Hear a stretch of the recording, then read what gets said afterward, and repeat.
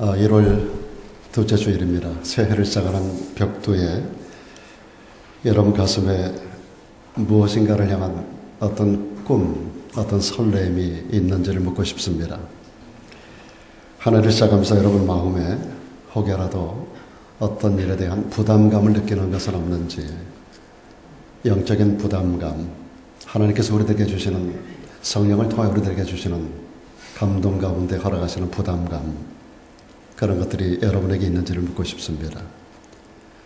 내가 조금 더 누군가를 도와줘야 되는데, 내가 조금 더 교회 일에 열심을 다해야 하는데, 내가 주일에 조금 더 충성을 다해야 하는데,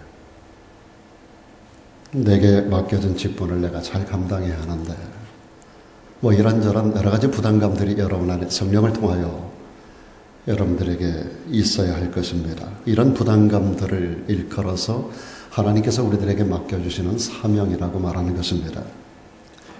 그렇다면 여러분들은 여러분에게 맡겨진 사명을 알고 사시는지를 묻고 싶습니다. 우리의 삶을 우리가 이렇게 돌아볼 때, 이것이 바로 나의 사명이구나 라고 하는 그런 사명감을 여러분들이 가지고 살고 계신지, 아니면 하루하루 거듭되는 날 가운데 그저 또 하루가 왔으니까 되는 대로 하루하루를 그렇게 맞이하고 살아가고 있지는 않는지, 우리 자신들을 이 신년벽두에 우리가 한번 진단해보는 그런 자리가 되어야 할 것입니다. 실존주의 철학자로 잘 알려진 킬커고는 대학을 다닐 때 22살의 나이에 그의 일기장에 이런 글을 썼습니다. 소위 말하는 그 인생의 사명 선언문이라고 말할 수 있는 그런 내용인데, 그는 이런 말을 합니다. 온 세계가 다 무너져도 내가 붙들고 놓을 수 없는 진리. 온 세상이 다 무너져 나가도 내가 붙들고 놓을 수 없는 진리. 내가 그것을 위해서 살고 그것을 위해서 죽을 수 있는 진리. 내가 확신하는, 그래서 이것을 위하여 내 생명을 드릴 수 있는 그런 진리. 이것을 나는 발견해야 한다. 그것이 나의 일생의 사명이다라는 말을 그의 나이 22살 때 기록을 하고, 온 세상을 뒤엎을 만한 그러한 사명 선언문 앞에 자기 인생을 살았던 사람으로 유명한 사람입니다. 여러분, 사명이라고 하는 게 뭘까요?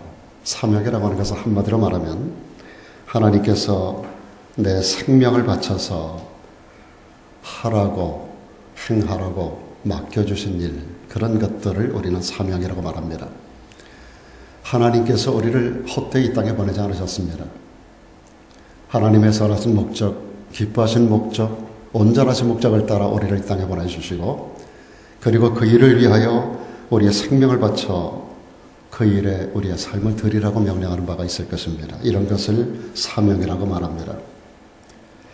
내가 그것을 위해서 태어났어. 내가 그것을 위해서 살아. 나는 그것을 위해 죽을 수 있어. 라고 하는 이런 사명이 여러분에게 있는지를 우리가 새해를 시작해가는 이와 같은 때에 우리 자신들에게 질문을 던져야 할 때입니다. 이 신년 벽두에 과연 나는 무엇을 위해서, 그리고 무엇을 목적하면서 살아가고 있는지를 돌아보는 자리가 되면 좋겠습니다. 어떤 사람은 자식을 위해서 산다고 말합니다. 자식을 위해서 돈을 봅니다. 자식을 위해서 투자합니다. 자식을 위해서 기러기 아빠도 됩니다. 자식을 위해서 이민도 오고, 자식을 위해서 못할 것이 없다고 생각하며 살아가는 그런 사람들이 참 많이 있습니다. 우리 작은 소도시에 있어서 우리가 잘 모르겠지만 대도시에서 목회하다 보니까 많은 사람들이 자식 교육 때문에, 자식 때문에, 혹은 자녀의 어떤 일 때문에 미국에 이민 들어오는 분들을 저는 많이 봤습니다. 그래서 기러기 아빠로, 기러기 엄마로 떨어져서 살아가다가 가정에 불화가 나는 그러한 가정들도 많이 봤습니다. 자식 때문에. 물론 여러분, 자식을 잘 키우는 것은 자식을 우리들에게 맡겨주신 청지기로서 우리가 마땅히 해야 할 의무 중에 하나인 것은 맞습니다. 그러나 자식이 우리 인생의 궁극적인 목적이 아니라고 하는 것입니다. 여러분, 자녀라고 하는 것은 일정 나이가 되면 부모 곁을 떠나는 거예요. 그래서 남자가 부모를 따라 아내와 더불어 한 몸을 이루라고 하는 그런 성경적인 말씀이 있지 않습니까? 우리의 자녀는 일정 기간 양육할 수 있는 그런 특권을 그리고 사명을 우리에게 주신 것은 맞습니다. 그러나 이 아이의 모든 생애가 내 인생의 목적이 되어서는 안 된다라고 하는 것입니다. 우리에게 맡겨주신 여러 가지 청지기의 직분 가운데 한 부분일 뿐입니다. 또 직장에서, 사회에서, 국가적으로 우리가 해야 할 이런저런 사명들을 우리는 많이 가지고 있습니다. 그러나 이런 모든 것들이 말씀드린 대로 자녀와 같은 차원에서 우리의 궁극적인 인생의 목적은 아니라고 하는 것이죠. 이런 모든 것들은 진짜 사명, 가장 큰 사명, 정말로 중요한 사명, 우리의 생명을 걸어야만 하는, 우리 인생을 걸어야만 하는 이런 귀한 사명을 이루기 위한 하나의 부수적인 일들에 불과하다라고 하는 것입니다. 만약 자식이라든지 어떤 일들이 우리 인생의 궁극적인 목적이 되는 사람이라면, 궁극적인 그런 것들이 우리 인생의 목적의 궁극적인 대상이 되는 것이 있다면, 이런 것들을 성경은 우상이라고 말하는 것입니다. 우리는 바로 사는 것이 아니고 잘못 살아가는 것입니다. 그러므로 우리는 우리 인생의 진짜 사명, 정말로 중요한 사명, 이 사명을 발견하고 거기에 우리 인생을 드릴 수 있어야 된다라고 성경은 말하고 있습니다. 분명한 사실은 우리 모든 인생들은 사명적인 존재라고 하는 것입니다. 이 세상에는 50만 종류의 식물이 있습니다. 그리고 20만 종류의 동물이 있다고 합니다. 50만 종류의 식물, 우리는 다 알지 못하지만, 그리고 20만 종류의 동물들이 존재하고 있다고 하는데, 이 땅에 존재하는 모든 것들을 다 하나님의 피조물로서 하나님께서 이유 없이 만들어 놓은 것은 아무것도 없습니다. 여러분이 징그러워하는 바퀴벌레 하나까지도, 쥐 한 마리까지도 하나님께서 무의미하게 이유 없이 만들어 놓은 것은 하나도 없다라고 하는 것이죠. 어떤 부분에는 먹이 사슬이 될 수도 있고, 어떤 부분에 지구의 한 부분을 담당해 나가는 하나님께서 만들어 놓은 약 70만 종의 동식물들, 이 모든 것들이 의미 없이 목적 없이 만들어진 것이 하나도 없다라고 하는 것입니다. 그렇다고 한다면 소위 말하는 만물의 영장으로 불려지는 우리 인간들, 영적인 존재로 가장 소중하게, 가장 중요하게 역사와 우주의 중심이 우리 인간이라고 말한다면, 우리 인간을 하나님께서 그냥 만들어 놓으신 것이 아니라고 하는 것이지요. 여러분 자신들에 대한, 나 자신의 인생에 대한, 나는 누구인지, 무엇을 하고 사는지, 무엇을 위해서 살고 있는지, 무엇을 목적하고 살아가고 있는지, 내 인생의 목적은 무엇인지, 이 부분에 대한 자기의 어떤 대답이 있어야 할 것이라고 생각이 됩니다. 하나님은 첫사람 아담과 하와를 만들 때부터 그들에게 사명을 주셨습니다. 여러분 잘 아시는 대로 하나님께서 창세기 1장 가운데 인간을 제일 마지막에 만들어요. 그리고 그들에게 이런 명령을 합니다. 생육하고 번성하여 땅에 충만하라고 하는 것입니다. 자, 생육, 번성, 땅에 충만이 그들의 사명은 아닙니다. 중요한 사실은 땅을 정복하라고 하는 것이 사명입니다. 하나님께서 6일간의 모든 창조를 만들어요. 첫째 날 공간에, 넷째 날 넣고, 둘째 날 공간을 만들고, 다섯째 날 넣고, 셋째 날 공간을 만들고, 여섯째 날 넣고, 맨 마지막에 우리 인간을 창조하시며 하나님이 만드신, 창조하신 모든 것을 보시기에 좋았다라고 말씀하시면서 우리 인간이 그 위에 뛰어노는 모습을 보며 참으로 좋은, 가장 좋은 하나님의 마음을, 그래서 우리 인간을 향한 이 모든 것들이 우리 인간을 향한, 우리 인간을 위한 것들로 하나님 피조하셨음에 대한 분명한 말씀을 말씀하시면서 우리 인간은 하나님과 유일하게 대화할 수 있는 존재로, 하나님이 사람을 흙으로 만들고 그 코에 락 생기를 불어넣으니 이것이 생명이 되었다고 했습니다. 하나님과 직접 통할 수 있는 유일한 존재. 모든 만물은 우리가 쉽게 표현할 때 어항을 준비하고 모든 놀이기구를 준비하고 최종적으로 물고기를 집어넣는 것처럼 어항과 모든 놀이기구를 우리 하나님께서 6일 동안 다 만들어 놓으시고 최종적으로 이 모든 것들은 물고기를 위한 그러한 모든 준비물인 것처럼 이 모든 피조물들은 우리 인간을 위한 준비물로 하나님 준비해 놓으신 것이거든요. 그리고 주인은 그 물고기의 그 움직이는 것을 바라보며 기뻐하는 거 아니겠습니까? 하나님께서 우리 인간을 바라보며 기뻐하는 존재로 우리 인간을 그렇게 만들어 놓으셨어요. 그리고 이 모든 걸 다스리라는 겁니다. 물고기에게 위해서 여기저기 비밀한 것들을 주인이 다 여기저기 숨겨놓고 돌아다니면서 한번 찾아봐라. 거기 뭐가 있어.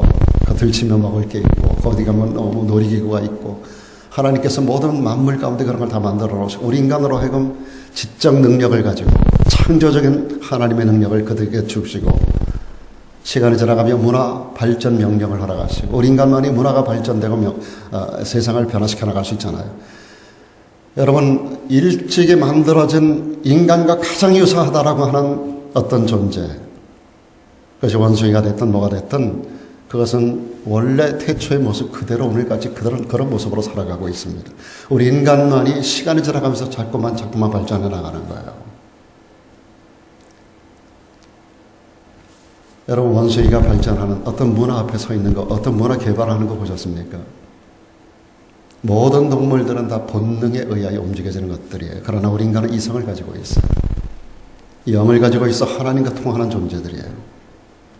우리 인간은 혼자 있을 때 두려움을 느끼고 미래를 계획하고 또 미래에 대한 소망을 가지고 있고, 그리고 미래에 대한 두려움도 가지고 있고, 영혼에 대한 것을 막연하지만 가지고 동경하고 있고, 죽으면 어떻게 되는가, 죽음 이후에 믿지 않는 사람들까지라도 죽음 이후의 세계를 누구를 막론하고 생각지 않는 사람은 없습니다. 젊을 때는 힘을 의지할 수 있어요. 자식을 의지할 수 있어요. 물질을 의지할 수 있어요. 권력을 의지할 수 있어요. 그러나 곤불 10년이고 육체가 무너지는 것은 한순간입니다. 소년은 늙기 쉬운 겁니다. 어느 날 나도 모르게 흰머리가 나오고, 어느 날 나도 모르게 허리가 굽고, 어느 날 나도 모르게 점점점 기력이 쇠하여 나가는 것이 우리 인간의 모습입니다.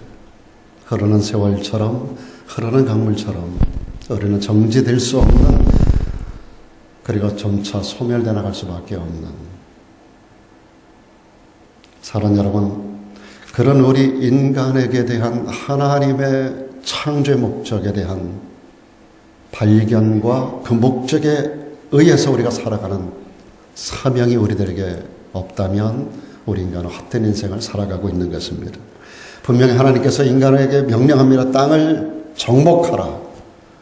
그리고 다스리라고 하는 중요한 명령을 우리 하나님께서 아담과 하와에게서부터, 첫사람에게로부터 오늘 우리들에게까지, 역사가 끝나는 날까지 세상 태어나는 모든 사람들에게 우리 하나님께서는 이러한 명령을 주고 있는 것입니다. 그 모든 것들이 우리들에게 주시는 사명 선언문들이에요.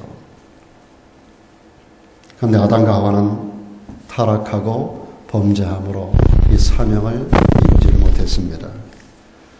노아에게는 방주를 만들어 생명을 이어가라고 하는 사명을 주셨어요. 아브라함에게는 복의 근원이 되어 열방을 복되게 하라는 사명을 주셨습니다. 이스라엘 백성들에게는 제사장 나라로의 사명을 주시고 열방을 하나님을 향하는 나라를 만들라고 하는 사명을 주었어요. 그리고 하나님은 독생자 예수님을 이 땅에 보내시면서 인류 구원을 위한 사명을 주셨습니다. 예수님은 십자가에 죽으시면서 마지막 십자가상에 텔레스타이, 다 이루었다. 아버지 하나님께서 나를 보내신 사명, 그분은 십자가 지시기 바로 전날 밤 겟세마네 동산에서 이마에서 흐르는 땀방울이 핏방울이 되는 것 같은 통곡과 눈물로 하나님 앞에 기도하시면서 할 수만 있으면 이 잔을 내게서 떠나가게 해달라고 기도하였습니다. 그러나 내 뜻대로 마시고 아버지의 뜻대로 되기를 원하나이다. 아버지의 뜻, 나를 이 땅에 보내신 목적, 나를 이 땅에 보내신 사명, 그 사명 앞에 내 뜻을 꺾겠다고 작정하는 3번의 결단의 기도를 하셔요. 그리고 아버지의 뜻을 그대로 받아들이고 십자가로 나아가십니다. 그리고 십자가를 지시며 고통스러운 격정의 6시간을 보내고 마지막 순간 운명 직전에 주님은 외마디 외침을 외치셨습니다. 다 이루었다. 텔레스타이.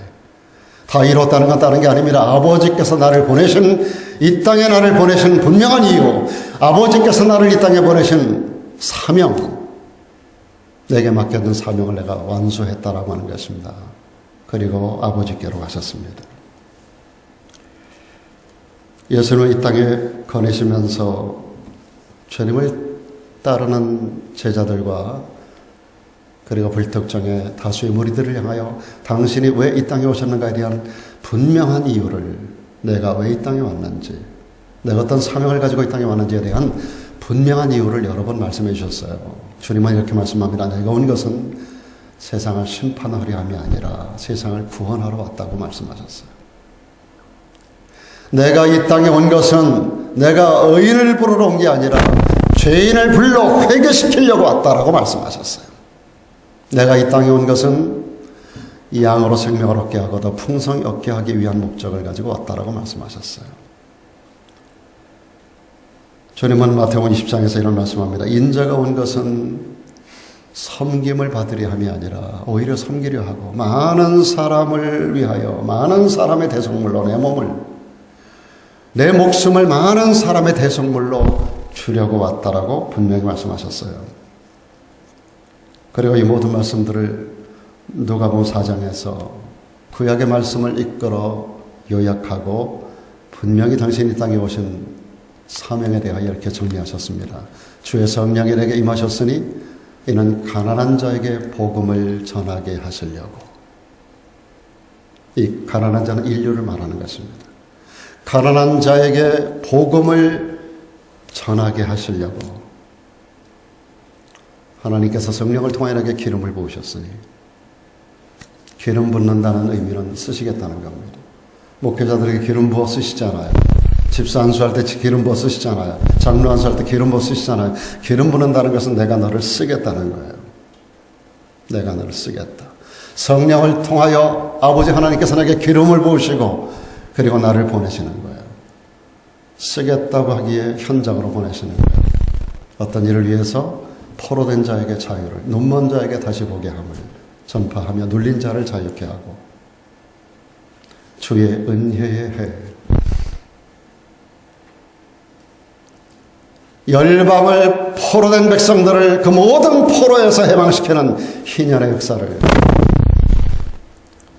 희년을 선포하기 위하여 눌린 자, 포로된 자, 갇힌 자 그들 모두에게 해방을 선언하기 위하여 주의 은혜의 해, 해방의 해, 영적인 희년, 모든 민족이, 모든 열방이, 모든 나라, 모든 백성들이 눌려있고 갇혀있고 묶여있고 자유함을 잃었을 때 그들에게 해방을 주기 위한 은혜의 해, 은혜의 해를 전파하게 하려 하심이라. 주님이 이 땅에 오신 분명한 사명 선언문입니다. 뿐 아니라 예수님은 만왕의 왕이 되시기 위해서 이 땅에 오셨어요. 여러분 아시는 대로 빌라도가 예수님을 신문하는 과정에서 여러 번 질문을 해요. 그 중에 하나가 네가 유대인의 왕이냐라고 물어요. 네가 유대인의 왕이야? 너는 왕이냐? 예수님 말씀하십니다. 내가 그대로 말하였다. 네 말이 옳도다. 네가 말하였도다. 네 말이 옳도다. 여러분 주님은 이스라엘 백성만이 아니라 유대인만이 아니라 열방의 왕으로 이 땅에 오셨어요. 열방의 왕, 우리의 왕. 우리 모든 성도들의 왕이 되시기 위해서, 우리를 구원하는 구주가 되시기 위해서 우리를 책임지시고 구원하시고 인도하시고 이끌어 아버지 앞으로 가기 위해서 우리 주님께서 이 땅에 오신 것입니다. 주님은 이것을 사명으로 알고 계셨고 십자가의 죽음과 부활을 통하여 이 사명을 완전히 성취하셨습니다. 그리고 우리 주님은 제자들과 더불어 40일을 더 계셨어요. 여러분 예수님께서 부활하시고 40일 동안 계시면서 11번 동안 제자들에게 나타나셔요. 10일 희간이라고 그래요. 그러니까 주님이 부활하시고 40일 더 계셔요. 부활날로 40일째 되는 날이 오순절, 성령이 오시는, 그러고 나서 50일 때가 성령이 오신 절이고, 우리 주님께서는 40일 동안 계시고 승천하시고 그리고 열흘 후에 성령을 보내주시는 거예요. 40일 동안 이 땅에 계시면서 11번 동안에 때로는 개인에게, 때로는 제자들 모인 곳에, 때로는 도마를 위하여, 때로는 바닷가에 나가 있는 제자들을 향하여, 때로는 일시 500여 형제에게로 보이시고, 주님께서 11번도 나타나시고, 그리고 그들이 보는 앞에서 승천하시면서 내가 다시 오리라고 약속하십니다.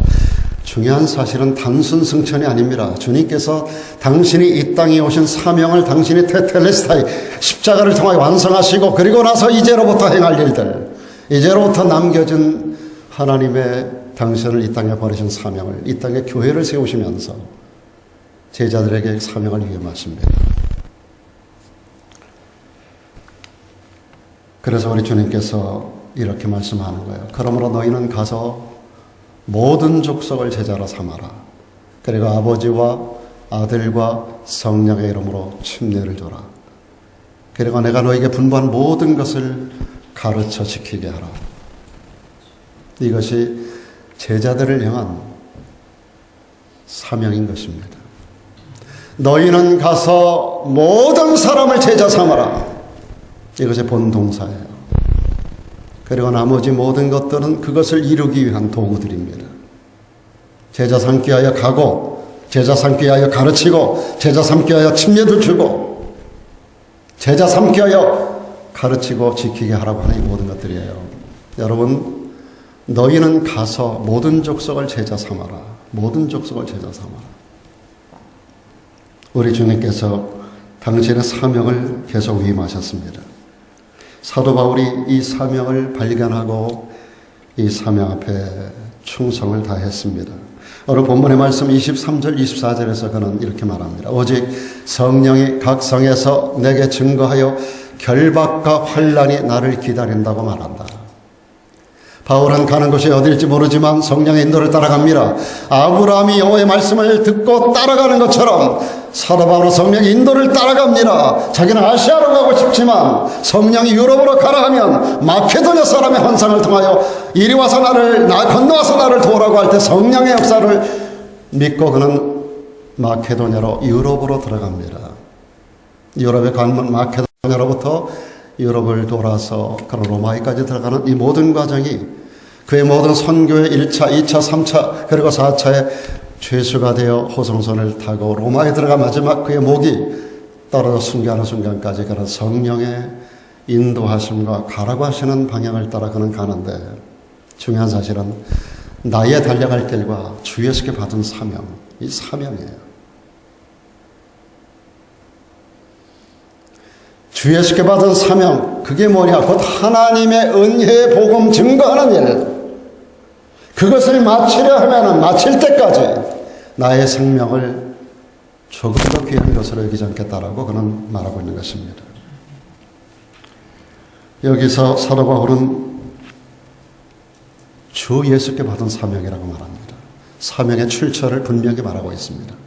주 예수께 받은 사명, 나의 달려갈 길, 주 예수께 받은 사명, 곧 하나님의 은혜 복음 증거하는 일, 이것이 그에게 일생 동안 그를 이끌었던 미션 스테이트먼트예요. 주 예수께 받은 사명, 곧 은혜의 복음 증거하는 일, 이것을 마치기까지는 나의 생명을 조금 더 귀한 것으로 여기지 않겠다. 여러분, 우리에게 사명을 주시는 이가 바로 예수 그리스도인 줄로 믿습니다. 사랑하는 여러분, 고린도전서 12장에 보면 은사는 여러 가지지만 은사를 주는 분은 성령이라고 그랬어요. 직분은 여러 가지지만 직분을 주시는 분이 바로 그리스도라고 그랬습니다.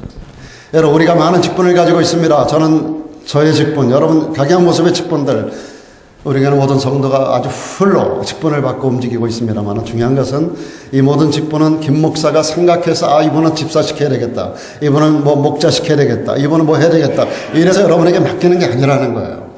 모든 직임은 다르나 직임을 주시는 분이 그리스도라는 것입니다. 이 사명에 대한 이 주신 그분의 우리에게 직분을 주시는 분이 누구라고 하는 것을 분명히 알 때 우리는 그 앞에 바울 같은 사명자로 서야 되는 것입니다.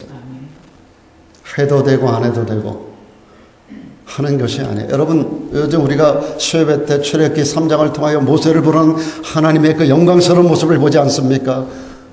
모세를 부르시는 하나님, 장은의 양머리를 몰고 미단을 그리고 산악지대를 돌던 모세를 우리 하나님께서 꺼지지 않은 풀무 가운데 그를 불러 올리십니다.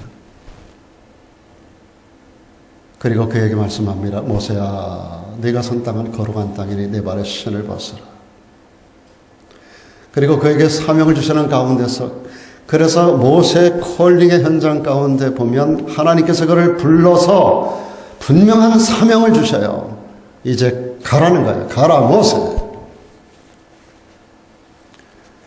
모세는 감당하기 어려워 여러 번 거절하기도 하고 핑계도 댑니다. 오늘 이번 주간에도 우리가 그 핑계대는 장면을 함께 보게 되겠는데요. 여러분, 우리 인간은 하나님 앞에 어떤 모습으로든 핑계하고 안 하려고 하고 그런 부분이 있을 수 있지만, 하나님이 우리를 정하여 쓰시겠다라고 할 때 쓰임받는 게 축복이고 영광임을 알고 내 힘으로 감당하는 게 아님을 우리는 분명히 알아야 돼요. 모세도 자기 힘으로 자기 능력으로 할 수 없음을 알기 때문에 그는 할 수 없다라고, 안 된다라고, 다른 사람을 보내라고, 말도 못한다라고 자꾸만 핑계를 대요. 그러나 우리 하나님은 네가 가야 된다는 거예요. 그리고 내가 너에게 함께 하겠다고, 내가 너와 동행하겠다, 내가 너만 보내는 게 아니라 내가 너와 함께 가겠다라고 말해요. 필요하면 아론도 붙여주겠다라고 말해요. 네 손에 지팡이 있잖아, 그것도 내가 그것을 통하여 능력을 행하는 하나님의 지팡이가 되게 하겠다라고. 그의 손에 들고 있는 것, 그가 아는 형제, 그리고 그가 만날 수 있는 모든 환경을 하나님께서 다 예비하고 함께 해주겠다라고 말씀하시는 거예요. 하게 하시는 이가 맡겨주시는 그분이, 하게 하시고 하게 하시는 그분이 우리를 따라가시며 우리와 더불어 함께 하심으로 그 일을 감당케 하는 것이지, 단순히 맡기고 잘하나 못하나 뒤에서 평가하고 체크하는 분이 아니라고 하는 거예요. 저만 해도 그렇습니다. 얼마나 무능한가를 제가 너무 잘 알아요. 그러나 힘 주시고 능력 주시는 잔에서 제가 여기까지 왔고, 그러다 보니까 벌써 은퇴 시점이 다 돼가는 거예요. 저는 지금까지 한 번도 42년 동안 단독 목회해 오면서 단 한 번도 제가 능력이 있다든지 설교를 잘한다든지 뭐가 어떻다든지 이런 생각을 단 한 번도 해본 적이 없어요. 타인의 평가는 있었을지 몰라도 나는 한 번도 그런 생각을 해본 적이 없어요. 늘 두렵고 떨림으로 지금 이쯤 되면 수만 편의 설교를 해봤고 수많은 경험도 가지고 있고 수많은 노하우가 있고 적당히 해도 되고 할 수 있는데, 매 순간이 저는 새롭고 매 순간이 두려워요. 저와 함께 사는 제 아내가 제일 잘 알 거예요. 제 나이쯤 되고 이만한 경력이면 대충 해도 됩니다. 그런데 그렇게 하면 안 되는 거죠. 단 하루도 제가 그래서 머리에 부하가 걸린다 그랬죠. 지난 주간에 제가 한 주간 좀 쉬어야 되겠다고 생각을 했었던 거 아니에요. 그럴 정도로 단 한순간도 저는 사도행전 20장 24절 오늘 본문에서 사도 바울이 말한 것처럼 나의 달려갈 길과 주 예수께 받은 사명, 곧 하나님의 은혜 복음 증거하는 일 마치려면 나의 생명을 조금도 귀한 것으로 여기지 않겠다라고 하는 이 사명 선언문과 서약이 있었기 때문에 평생을 이렇게 가는 겁니다. 사랑하는 여러분, 사도 바울이 여기서 주 예수께 받은 사명이라고 하면서 사명의 출처가 분명히 예수 그리스도임을 밝혀요. 여러분에게 맡겨진 모든 것들이 다 주님께로부터 온 것인 것을 믿으시길 바랍니다. 그러므로 아멘으로 예로 감당하라는 거예요. 그러면 하나님이 하게 해주시겠다는 거예요. 환경도 열어주시고 사람도 붙여주시고 능력도 주시고 주님이 친히 입이 되어주시고 주님께서 함께 해주시겠다는 거예요. 인간 모세가 할 수 있는 게 아무것도 없어요. 80의 노령이었었던 그가 무슨 권세가 있어요? 무슨 돈이 있어요? 뭐가 있어요? 아무것도 없는 그에게 당시 세계를 제패하던 파로가 세계를 덮는 지붕이란 뜻이에요. 전 세계 가장 강력한 파워를 가진 파로 앞에 서서 내 백성을 내놓으라는 거예요. 이게 말이 돼요, 이게? 그러니까 모세가 안 된다는 거예요. 저게 못 간다는 거예요. 나를 나되게 하시고 나를 사용하시는 분이, 나를 보내신 그분이 나와 함께 하시고 하게 하심을 따라 하는 것이지 내 인간의 능력으로 하는 것 절대로 아닙니다. 사명은 내가 고안해낸다고, 내가 생각해낸다고 찾아내는 게 아닙니다. 주님께서 우리를 구원하시며 동시에 주시는 것이 사명인 거예요. 바울은 다마스커스로 올라가는 도상에서 목적을 가지고 갑니다. 대제사장들에게 예수 믿는 자들을 잡아오라 그러는 공문을 가지고 가는 거예요.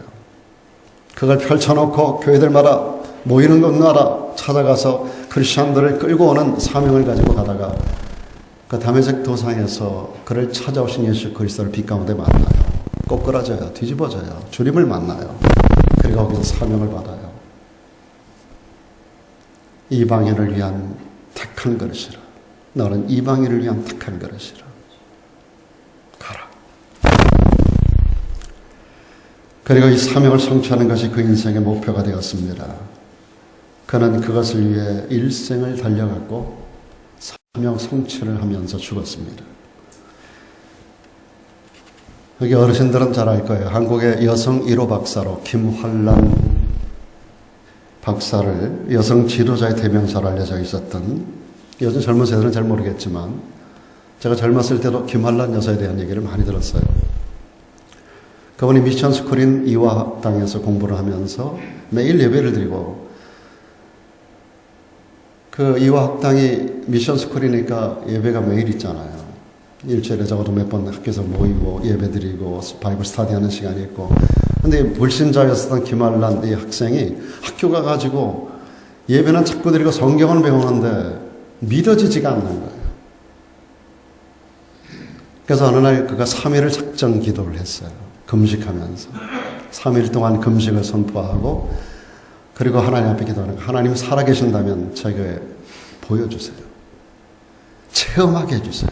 음성 들려주세요. 만나게 해주세요. 이 3일 기간 동안, 아니면 하나님 없는 걸로 하겠습니다. 그냥 학교에서 공부만 하고 몸만 가서 예배당에 들어갔다 나오고 3일을 작정하고 금식 기도를 시작했는데 3일째 되는 날 새벽에 그분의 간증입니다. 새벽에 하나님의 음성이 들려옵니다. 환란아, 네가 이 땅의 여성들의 고통하는 신음소리를 듣지 못하느냐? 이 땅 한국 여성의 교육과 계몽을 위해서 너는 일해야 된다. 하나님의 음성을 들었다고 그래요. 그래서 이것을 사명으로 알고 그가 하나님의 살아계심에 대한 확신을 가지고 자기에게 주시는 이 사명을 가슴에 부여잡아요. 그거는 시집도 가지 않습니다. 아니, 시집 갈 시간이 없었어요. 일생 동안을 이 사명을 위해서 살다가 간 위대한 여성 교육자로 우리나라의 삼각자 중에 하나로 기록되고 있습니다. 일제시대를 통과하면서 일제와의 어떤 이런저런 부정적인 얘기도 없지 않아 있어요. 그러나 그 시대 가운데서 어쩔 수 없이 그 일본과의 그 어떤 관계가 있을 수 있었지만 저는 자세한 내용은 잘 모르겠어요. 좌파 쪽에서 자꾸 이상하게 그런 어떤 사람들을 자꾸 엮어넣는다. 어찌됐든지 간에 중요한 것은 이분이 하나님을 만나는 역사적인 현장, 그리고 그가 하나님 주시는 사명을 가슴에 안고 대한민국의 여성들의 교육을 위해서, 여성의 계몽을 위해서 일생을 살다가 세상을 떠나갔습니다. 여러분, 하나님께서 여러분 각자에게 주신 사명이 뭔지를 한번 생각해 보십시오. 그리고 이것을 발견하기 위해서 금식은 몰라도 한번 작정해 놓고 기도 한번 해보시기 바랍니다. 지금 우리가 연초가 되면 뭔가 새로운 어떤 결심과 작정들이 있어야 되지 않을까요? 이런 시기에 여러분들이 적어도 이제까지 어떻게 살아왔든지 간에 이제부터라도 남은 생애라도, 얼마 남지 않은 생애 아닙니까? 많은 분들이 이제부터라도 남은 생에 조금이라도 건강해서 건강식 따지고 따지고 얼굴 만지는 거 따지고 따지고, 그게 아니라 이제부터라도 남은 생에 사명을 좀 깨닫고 그 일에 남은 생애라도 건강하지 못해도 늙어서도 돈이 없어도 우리가 할 수 있는 일이 있을 거예요. 그런 일들을 위해서 우리가 한번 남은 생애를 들여보면 어떨까? 흐르는 세월 가운데 하나님 우리에게 주신, 인간에게만 주신 축복 가운데 하나가 매듭을 짓는 거 아니겠어요? 지난해로 매듭을 지었으면 새롭게 시작하는 이때에 뭔가 우리가 새로운 인생에 대한 어떤 변화가 좀 있어야 되지 않을까요? 그냥 그대로 살아왔던 대로 그대로 대충 그렇게 살아가서는 안 되지 않겠어요? 새해가 되면 지난날의 매듭을 짓고 그리고 새로운 마음을 가지고 뭔가 새로운 비전을 가지고 새로운 미래를 바라보면서 뭔가 우리의 삶을 새롭게 좀 개척해 나가는 그런 시도가 있어야 되지 않을까 생각이 됩니다. 그리고 이것이 깨달아지면 이것을 위해서 살고 그것을 위해서 우리 인생을 한번 올인 죽을 수 있는 사명의 사람들로 살아가면 얼마나 좋을까 하는 생각이 들어요.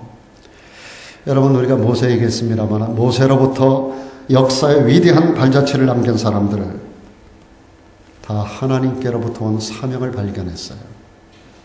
이것이 바울이 모세가 발견한 사명이에요. 그리고 그 일에 인생을 들였어요. 모세는 태어나서 궁중에서 40년 마이너스 인생을 살았어요. 그리고 미디안 광야에서 40년 제로 인생을 살았어요. 80세에 플러스 마이너스 40년이에요. 그리고 이때로부터 플러스 40년의 인생을 살아요. 그래서 인생 끝이 그는 120년을 살았지만 결국은 마이너스 40, 제로 40, 플러스 40에서 제로 인생을 살아가는 거예요. 이게 가장 잘 산 사람의 모습이에요. 이게 구약의 가장 위대한 하나님의 사람의 인생 보고서입니다. 사도 바울도 그랬어요. 신약의 가장 위대한 하나님의 사람이었던 사도 바울. 그가 아마도 30대 중반 정도 아니면 30 정도 전후하는 그런 나이까지 그는 마이너스 인생을 살았어요. 그가 주님을 만났을 때로부터 플러스 인생으로 그 인생을 살기 시작했어요. 아마도 지금까지 살아왔던 마이너스 인생 정도를 더 살았을 거예요. 여러분, 다윗이 30세까지 그가 왕이 되기까지 그는 자기 정립이 어려웠던 사람이에요. 그러나 30에 왕이 되고 60에 세상을 떠나요. 70에 세상을 떠나요. 30에서부터 37세까지가 그는 헤브론에서 부분적인 왕으로서 하나님께서 그에게 주신 사명을 이 땅 가운데 이루는 과정 가운데 준비하는 기간을 살고 그리고 70의 세상을 떠나고 결국은 거의 플러스 마이너스 제로 인생을 살아가는 거예요. 가장 잘 사는 게 제로 인생이라면 여러분에게 남겨진 생애를 플러스 인생으로 좀 여러분의 인생을 좀 새롭게 만들 수 있다면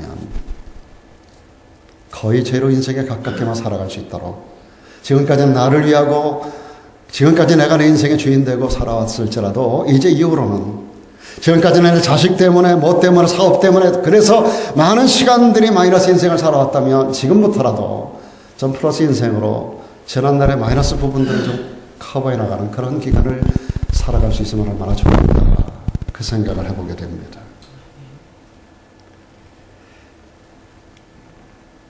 그러면 바울이 받은 사명이 뭔가요? 하나님의 은혜의 복음을 증거하는 일입니다. 바울은 복음을 이렇게 말합니다. 은혜의 복음, 은혜의 복음.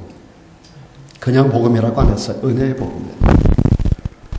죄로 말미암아 사탄의 종되었던, 그래서 사탄에 이끌려 휘둘리고 살던, 그래서 결국은 사단에 의하여 마지막 지옥의 형벌 사단이 들어갈 수밖에 없는 사탄을 위하여 악의 영들을 위하여 타락한 천사들을 위하여 예비된 곳이 지옥의 불구덩이에요. 그 속에 사탄과 더불어 놀고 사탄과 이끌리고 살다가 결국 악령을 위하여 사탄을 위하여 타락한 천사들을 위하여 예비한 곳 지옥으로 들어갈 수밖에 없는 우리 인생들.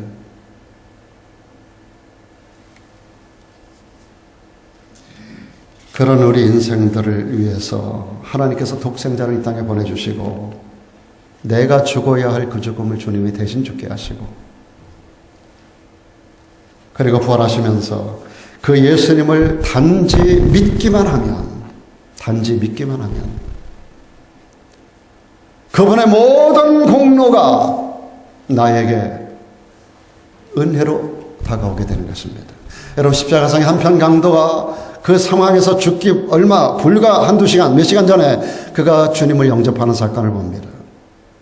주님을 인정하고 자기가 죄인임을 인정하고 주님의 나라에 이를 때 자기가 그 나라에 들어갈 수 없지만 주님이 도와주셔서 자기를 그 나라에 인도해달라고 하는 간구와 요청을 드릴 때 주님께서 네가 오늘 나와 함께 낙원에 있으리라. 저는 조영기 목사님이 빌리그람 목사님이 천국 갔는지 저는 몰라요. 그러나 이 강도가 천국 간 건 알아요. 예수님 말씀하셨거든요. 너 오늘 나와 함께 낙원에 있으리라. 그렇죠? 분명하죠? 조영기 목사님에게 그렇게 했을까요? 빌리그라 목사님이 그렇게 했을까요? 한경지 목사님 그런 얘기 했을까요? 전 몰라요. 갔겠지만 안 갔을 수도 있다는 얘기예요. 그러나 이 강도는 갔어요. 그가 살아왔던 모든 날들에 대한 주님의 평가가 없었어요. 단지 주님께 은혜를 구했던 거예요. 여러분, 구원은 이렇게 심플한 거예요. 복잡하지 않아요. 공로로 얻는 게 아니에요. 그게 복음이에요. 그래서 바울이 말한 거예요. 은혜의 복음인 거예요. 은혜는 선물인 거예요. 무상으로 주어지는 거예요. 내 노력이 없이도 내게 주시는 것이 은혜입니다. 그 은혜를 인하여 그것을 믿음으로 말미암아 애따 받아라. 은혜. 믿음이라는 글러브를 펴서 받기만 하면 되는 거예요. 아멘으로, 감사함으로, 예, 믿습니다로 받기만 하면 되는 거예요. 여러분, 구원이라는 거 복잡한 논리나 인간의 노력이나 인간의 애씀이나 인간의 가품이 필요 없는 거예요. 그래서 은혜의 복음인 거예요. 은혜의 복음. 그분이 우리를 위해서 모든 고난을 다 당하셨어요. 대속의 은혜를 우리를 위하여 대신 다 지어주셨다니까요. 우리의 모든 죄를 그분이 다 가지고 가셨어요. 우리가 당할 모든 고난을 그분이 다 당하셨어요. 대속이에요. 대속이에요. 대신 속죄. 그분이 우리 죄를 대신 속죄하셨어요. 그분은 양으로 오셨어요. 허물 없는 양으로, 흠 없는 양으로. 나를 위해 대신 죽어요.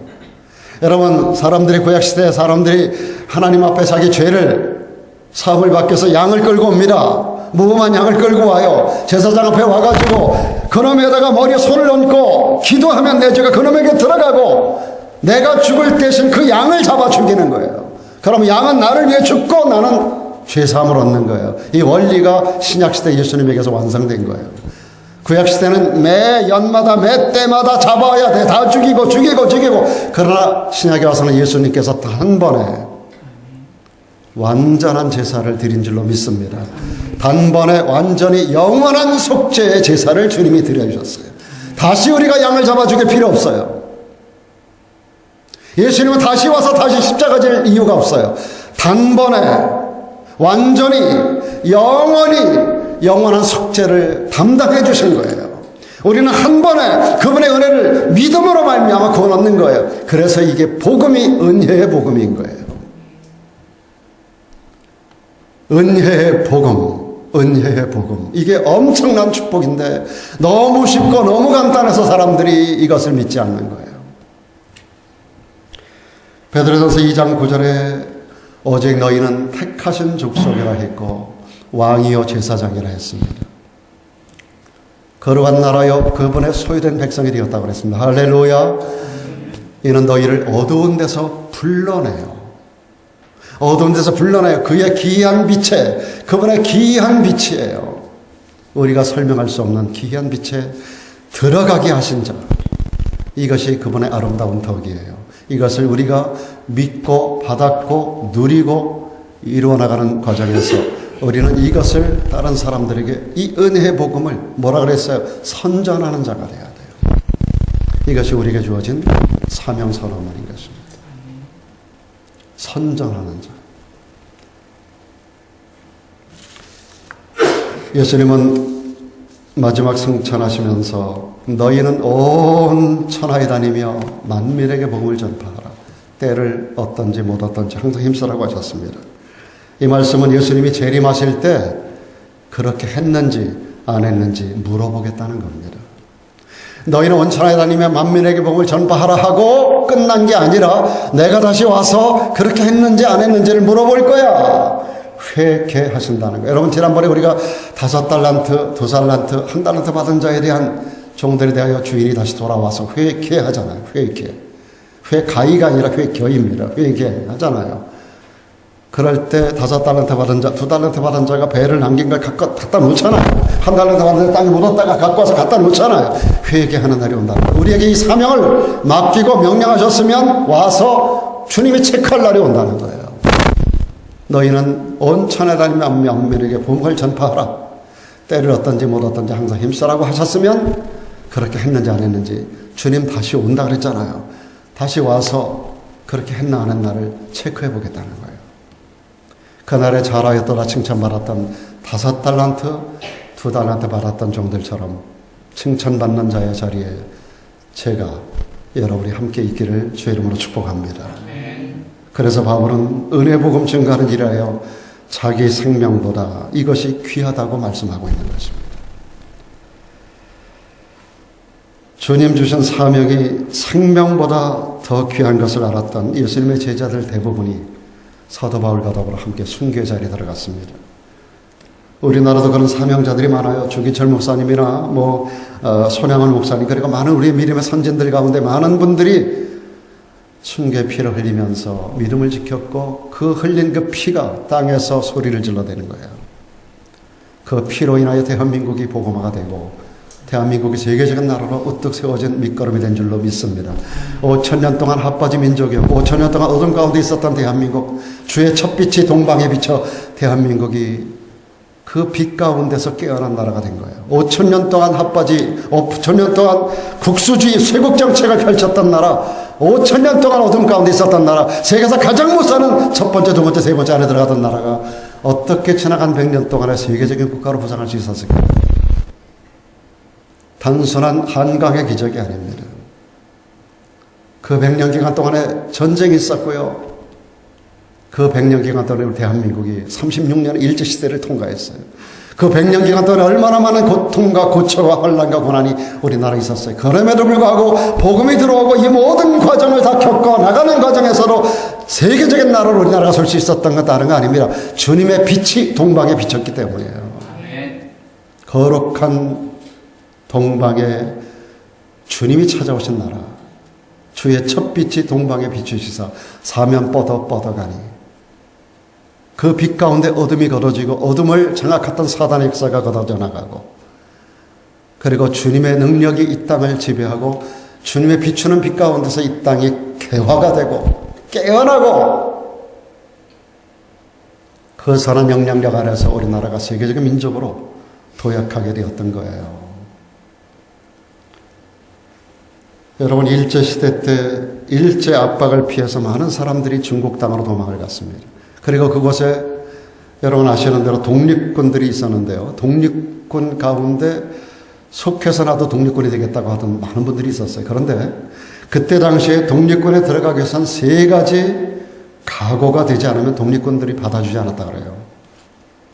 첫째, 당신은 총에 맞아 죽을 각오가 되어 있는가? 둘째, 당신은 굶어 죽을 각오가 되어 있는가?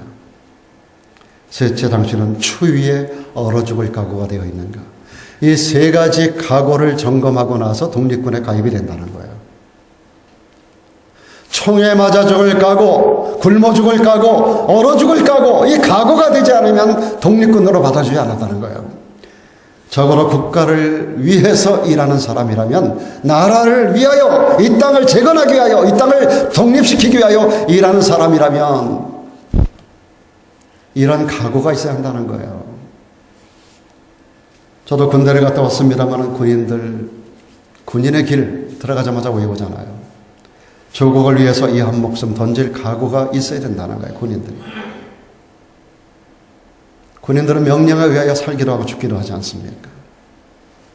이렇게 진짜 그리스도의 좋은 군사들은 사명을 위하여 손해도 보고요, 사명을 위하여 때때로 우리가 시간도 바치고요, 목숨까지도 바치고요. 여러분, 물질 몇 푼 바치는 거 아무것도 아닌 거예요.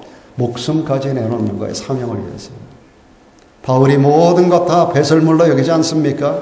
그저 물질 몇 푼 바치는 거, 11조 하나 하는 것 가지고도 고민하고 그런 정도라면 그건 신앙인도 아닌 거예요, 여러분.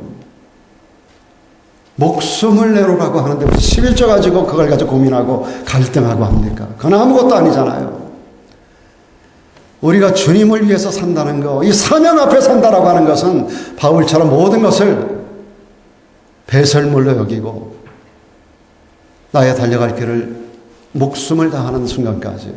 그래서 결국은 바울이 십자가상에서 죽었던 주님과 같은 모습으로 그런 목이 쳐서나가는 참수 현장에 순교 제물이 되고, 사도 베드로도 십자가에 거꾸로 십자가 죽음을 당하고, 사도 요한을 제외한 모든 제자들이 다 껍질을 벗겨 아니면 돌을 맞고 칼에 의하여, 창에 의하여, 십자가의 깎고로, 또 혹은 크로스로 여러 모양으로 제자들이 전부 죽임을 당하지 않습니까?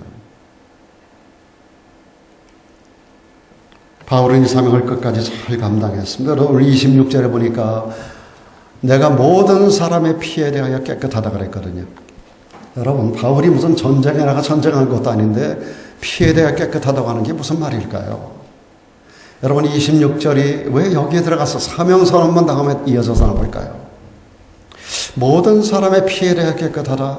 이것이 구약 성경에 에스겔서 3장을 배경으로 하고 있습니다. 에스겔 3장에 이런 말씀이 있어요. 가령 내가 악인에게 말하기를 너는 꼭 죽으리라 할 때, 악인은 다 죽잖아요. 지옥에 가야 되잖아요. 그런데 네가 그를 깨우치지 아니하거나 말로 악인에게 일러 그로 그 악한 길을 따라 생명을 구원케 하지 아니하면 그 악인은 그 죄악 중에서 죽으려니와 당연히. 그런데 그 핏값을 너에게 찾겠다는 거예요. 여러분, 이건 굉장히 무서운 말씀이에요. 우리 주변에 내가 전해야 될 대상이 내가 전하지 않으므로 그가 지옥에 간다면 그는 자기 죄로 인하여 지옥에 가는 거지만 전하지 않은 나에게 그 핏값을 찾겠다는 거예요. 여러분, 이게 얼마나 무서운 일이에요. 사도 바울에게도 얼마나 많은 대상들을 그가 만나고 주님이 보내시고 만나는 과정에서 바울이 그냥 스쳐 지나감으로 해서 복음 전하지 않고 스쳐 지나감으로 해서 복음 전할 기회에 복음 안 전하고 그가 그 상태로 지옥에 간다면 그 지옥에 가는 것은 그들의 죄로 가겠지만 그들을 스쳐 지나간 바울에게서 그 핏값을 찾겠다고 그랬는데 오늘 바울은 뭐라 그랬어요? 내가 뭐라 그랬어요? 아까 피에 대해 뭐라 그랬어요? 예? 깨끗하다 그랬잖아요. 전할 수 있는 기회에 한 번도 그런 피하지 않았다는 거예요. 감옥에서든지 왕 앞에서든지 로마 황제를 향하여서도 여러분 사도 바울이 가는 데마다 그를 핍박하고 공격하고 감옥에 던져놓고 감옥 안에서도 그는 어디를 가든지 강변에서도 기도하다가 어느 어디에서든지 간에 길을 가다가 점치는 여자의 하나를 만나도 그는 스쳐 지나가는 법이 없었어요. 그게 그에게 하나님 주시는 기회였던 거예요. 복음 전하라고 하는 기회. 모든 사람들이 복음 전도의 대상이었던 거예요. 여러분들 커스터머를 어떻게 대하십니까? 돈 몇 푼을 얼마치 사갈까에 대한 관심만 가지고 커스터머를 대하시나요? 아니, 그렇게 하면 안 된다는 거죠. 바울은 모든 사람이 그의 전도의 대상이에요. 믿든지 안 믿든지 그건 그의 선택이에요. 그러나 나는 그에게 전해야 될 사명이 있는 거예요. 혹시 내가 전하지 않아서 그가 지옥에 간다면 그는 그의 죄로 지옥 가겠지만 전하지 않은 나에게서 주님이 핏값을 찾겠다는 거예요. 그런 죄를 그는 범하지 않았다는 거예요. 그는 그에게 맡겨주신 사명과 그가 복음 전할 수 있는 은혜 복음을 전할 수 있는 대상을 만날 때마다 스쳐 지나가거나 그에게 주신 사명을 그는 망각하여 내일 하지, 나중에 하지, 다음에 하지 미룬 적이 한 번도 없었다는 이야기입니다.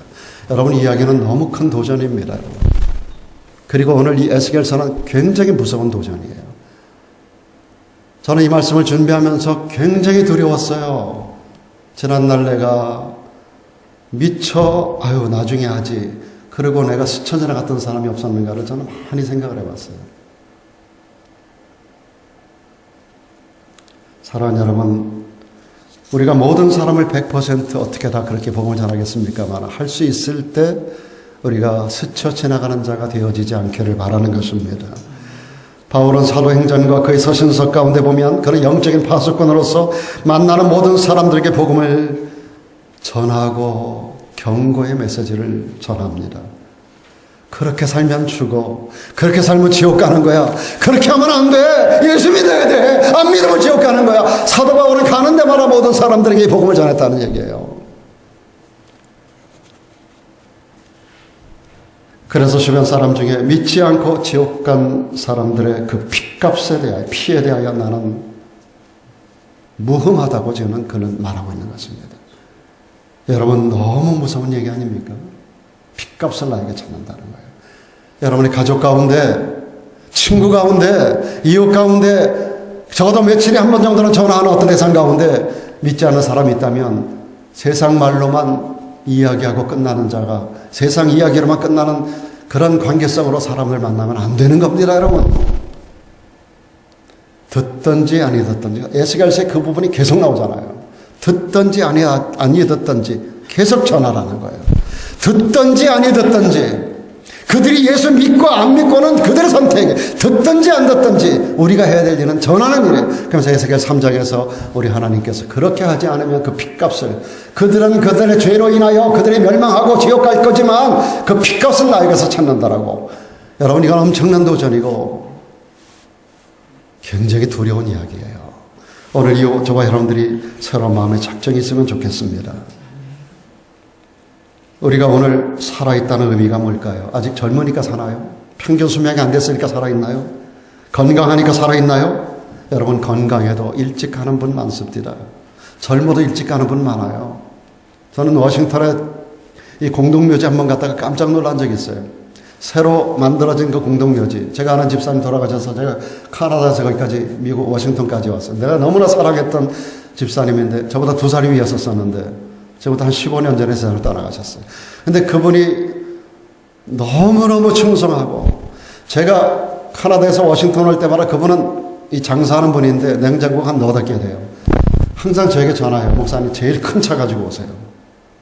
큰 차 끌고 오세요. 아니면 렌트레도 갖고 오세요. 제가 올 때마다 거기 안에 있는 거 다 꺼내줘요. 다 꺼내줘. 야, 저는 그런 분 처음 봤어요. 그리고 항상 저에게 돈 봉투 1000불 이상을 꼭 쥐어서 저를 보내요. 한 번도 그냥 보내본 적이 없어요. 그냥 밥 한 끼 사서 먹이고 보내는 게 아니라 이분은 모든 저의 미국의 일정 전체를 다 봐줬던 분이에요. 그리고 그 장사하는 분이라 냉장고에 그 엄청난 것들이 많이 들어있는데 차에 실을 수 있을 만큼 다 실어요. 이분은 김치로 해서 만들어 팔기도 하는 분이었었는데 김치 이런 통 있지 않습니까? 5갤런짜리 그 하얀 통 그거 안에다가 각종 김치를 해가지고 목사님이 다 가져가서 교인들 다 나눠주세요. 제가 올 때마다 그분은 한 번 다 떨이 하는 거예요. 냉장고 떨이 하는 거예요. 평생 동안 제가 잊을 수 없는 그런 은혜를 제가 그분에게 빚을 졌는데 그분이 물론 그분은 이제 저로 인하여 주님을 더 깊이 만나고 저에게 받은 은혜가 커서 한다고 하지만 저는 그분의 은혜를 잊을 수가 없어요. 그래서 제가 일부러 캐나다에 있으면서 그분 돌아가셔서 일부러 왔어요. 새로 조성된 공동묘지인데 한 20기 정도가 묻혀 있더라고요. 다 다니면서 보니까 태어난 출생일과 세상 떠난 날짜가 다 적혀 있잖아요. 쭉 돌아보니까 그때 제 나이가 50대였었는데 제 나이보다 적은 사람이 반이 넘더라고요. 저보다 나이가 많은 사람도 한 60대 한 중반 정도에 대부분 다 가셨고 그리고 대부분이 그때 제 50대인데 저보다 다 나이 어린 사람. 야, 저는 거기서 깜짝 놀랐어요. 나는 하나님께서 나는 이제부터 그냥 지금부터 더 살게 해주는 기간이구나. 그걸 뭐라고 얘기해요? 덤으로 사는 기간이구나. 그렇게 생각하고 지금 하루하루 살고 있어요. 저는 그분의 묘지를 갔다가 그 이후 제가 이 마인드가 굉장히 많이 바뀌었어요. 아, 내가 이제는 평균 수명을 사는 거구나. 그리고 이제부터는 사는 것은 내가 덤으로 사는 거구나. 하루하루를 헛되게 보내면 안 되는구나. 저는 그분을 늘 생각하면 그 생각이 들어요. 그분도 정말 불꽃같이 하루하루를 살다 갔어요. 교회 무슨 일만 있으면 그냥 온 교회를 다 뒤집어요. 그 막 일을 하게 하는 사람이에요. 일을 하게 하는 사람. 뒤에서. 자기 거보다 다 내놓고 시작을 해요, 그분. 그러니까 아무도 거역할 수가 없어요. 그래가지고서 교회 일들을 크게 이뤄나가는 그런 분이었었는데 정말로 잊을 수 없는 은혜를 저는 생각하면서 그 공동묘지 같던 추억을 저는 단 한 번도 잊을 수가 없어요. 오늘 이 시간 이후 여러분 저와 더불어서 그런 생각을 갖고 새로 이 한 해를 그리고 남은 생을 한번 살았으면 좋겠어요. 이제부터는 덤으로 사는 인생이다. 한번 따라합시다. 이제부터는 덤으로. 아직 평균적 연령이 안 된 분들은 대답하고 싶지 않죠. 아니에요. 덤으로 사는 인생. 지금부터 더해주는 인생은 덤으로 사는 거예요. 덤으로 사는 날 몸보신하는 일에 힘쓰고 좋은 거 찾아다니고 그러지 마세요.